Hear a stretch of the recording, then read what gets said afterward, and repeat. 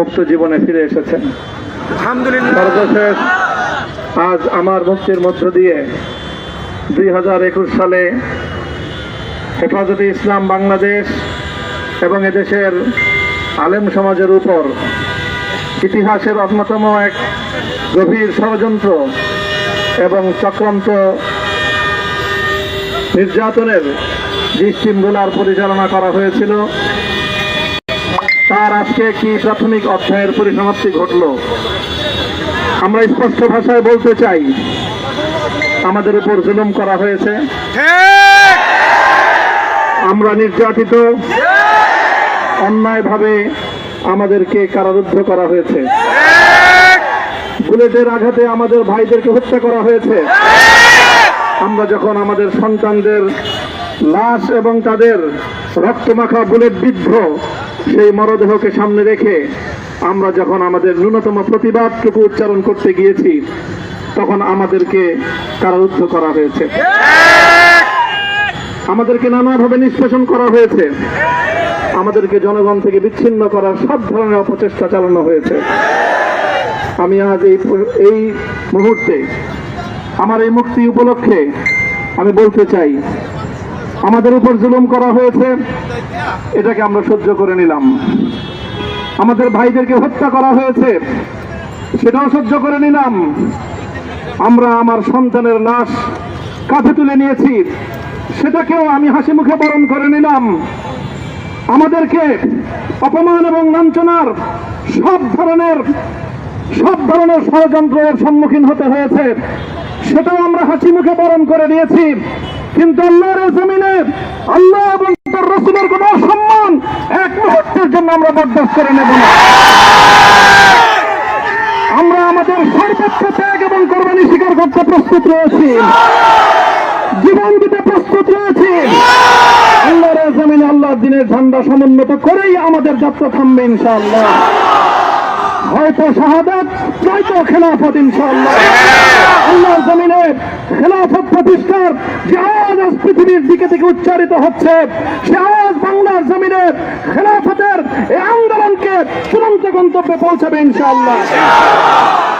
আমি বাংলাদেশের আলেম সমাজ, হেফাজতে ইসলাম বাংলাদেশ সহ বাংলাদেশ খেলাফত মজলিস সহ সকল ভ্রাতৃপ্রতিম সংগঠন, সকল ধর্মপ্রাণ, ইসলামপন্থী বিভিন্ন ছোটখাটো মতবিরোধ, মত পার্থক্যের ঊর্ধ্বে উঠে যারা এলাহি কালিমাতুল্লাহর এই এক বাণীতে বিশ্বাসী, আল্লাহর জমিনে আল্লাহর দ্বীন কায়েম করতে চাই, আমাদের তাআলাউ ইলা কালিমাতিন সাওয়াইন বাইনানা ওয়া বাইনাকুম এই এক মন্ত্রে উজ্জীবিত হয়ে আল্লাহর দ্বীনের ঝান্ডা সমুন্নত করবার এই আন্দোলন এবং সংগ্রামে আমি নিজেকে উৎসর্গ করার ঘোষণা করছি।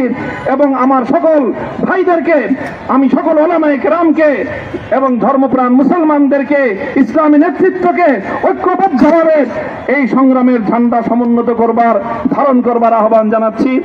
এবং আপনাদের সকলকে আবার শুকরিয়া জ্ঞাপন করছি যে আজকে আপনারা এভাবে আমাকে উৎসাহিত করেছেন, উজ্জীবিত করেছেন। আল্লাহ পাক আপনাদের সকলকে উত্তম বিনিময় দান করুন। প্রিয় ভাইয়েরা,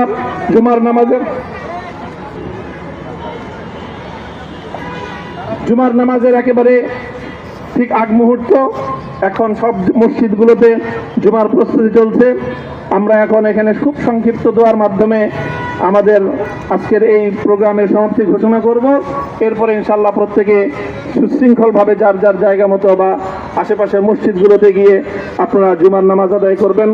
আমি আবারও বলছি, আমি আমার আলোচনার শুরুতে কোরআনে পাকের সেই আয়াতটুকু তেলাওয়াত করেছিলাম, হযরত ইউসুফ আলাইহিস সালাতু ওয়াস সালাম কারামুক্তি এবং প্রকৃত যারা অন্যায়কারী ছিল, সেই অন্যায়কারীদের স্বরূপ ওনার সামনে উন্মোচিত হয়ে যাওয়ার পর, জাতির সামনে তাদের স্বরূপ উন্মোচিত হয়ে যাওয়ার পর তিনি যে কথা বলেছিলেন, আমিও নবী ইউসুফ আলাইহিস সালাতু ওয়াস সালামের অনুসারী হিসাবে তার সুরে সুর মিলিয়ে, কণ্ঠে কণ্ঠ মিলিয়ে কথাই বলতে চাই, লা তাসরিবা আলাইকুমুল ইয়াউম।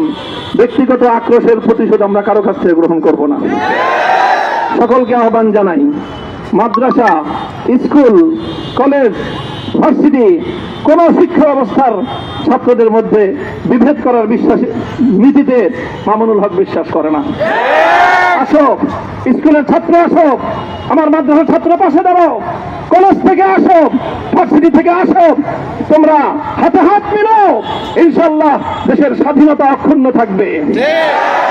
এদেশের ইসলাম এবং হাজার বছরের যে সাধনা সংগ্রাম, সেই সংগ্রাম বিজয়ী হবে ইনশাআল্লাহ। এই জনপদ ইসলাম এবং মুসলমানদের জন্য হাজার বছর ধরে এখানে কালেমার ঝান্ডা সমুন্নত করবার জন্য আমাদের পূর্বপুরুষরা যে সংগ্রাম করে গেছেন, সেই সংগ্রামকেই আমাদের কাঙ্ক্ষিত গন্তব্যে পৌঁছানোর জন্যই আমরণ এক সাধনায় আত্মনিয়োগ করতে হবে। সেই আহ্বান আমি সকলের প্রতি ব্যক্ত করছি। ও আখিরু দাওয়ানা আলহামদুলিল্লাহি রাব্বিল আলামিন। اللهم صل على محمد وعلى آل محمد كما صليت على إبراهيم وعلى آل إبراهيم إنك حميد مجيد. ربنا ظلمنا أنفسنا وإن لم تغفر لنا وترحمنا لنكونن من الخاسرين. ربنا آتنا في الدنيا حسنة وفي الآخرة حسنة وقنا عذاب النار. اللهم أحسن عاقبتنا في الأمور كلها وأجرنا من خزي الدنيا وعذاب الآخرة. اللهم آمين. يا الله ইখলাসের সাথে শুধুমাত্র আপনার সন্তুষ্টির উদ্দেশ্যে আপনার দ্বীনের ঝান্ডা সমুন্নত করবার জন্য হে আল্লাহ আমাদের বুকে আপনি সাহস দিন, হে আল্লাহ সাহস দিন, হিম্মত দান করুন। আল্লাহ আপনার নুসরতকে, আপনার সাহায্যকে আমাদের সামিলে হাল করে দিন। হে আল্লাহ আপনি আমাদেরকে সাহায্য করুন। আমরা সংখ্যায় কম, শক্তিতে দুর্বল, হে আল্লাহ সর্বদিক থেকে আমরা অপ্রতুল, কিন্তু আপনার সাহায্য সাথে থাকলে আল্লাহ পৃথিবীর কোন শক্তি আমাদেরকে রুদ্ধ করতে পারবে না, পরাস্ত করতে পারবে না। হে আল্লাহ আমরা আপনার সাহায্য চাই। হে আল্লাহ জালিমের জিন্দান খানাগুলোতে সারা বিশ্ব জুড়ে অসংখ্য মুজাহিদিন, অসংখ্য মুসলিম সংগ্রামী, তারা দিনের পর দিন, মাসের পর মাস, বছরের পর বছর মানবেতর মজলুমিয়তের জীবন যাপন করছে। ইয়া আল্লাহ সকল মজলুমদেরকে আপনি মুক্তির ব্যবস্থা করে দিন। ইয়া আল্লাহ তাদের মুক্তির জন্য যথাসাধ্য ভূমিকা পালন করার তৌফিক আমাদেরকে, পুরা উম্মাহকে আল্লাহ আপনি দান করুন। ওয়া সাল্লাল্লাহু তাআলা আলা খায়রি খালকিহি মুহাম্মদ ওয়া আলা আলিহি ওয়া আসহাবিহি আজমাইন। ইয়া আল্লাহ হেফাজতে ইসলামের সংগ্রামে হাটহাজারীর আমার যে ছাত্র, যে সন্তানগুলো শাহাদাত বরণ করেছিল, ব্রাহ্মণবাড়িয়ায় আমাদের যে সকল ভাইয়েরা, সন্তানেরা শাহাদাত বরণ করেছিল, শাপলা চত্বরে আমার যে সকল ভাইদের রক্তে ঢাকার রাজপথ রঞ্জিত হয়েছিল, আল্লাহ এই শাহাদাত গুলোকে তুমি কবুল করো।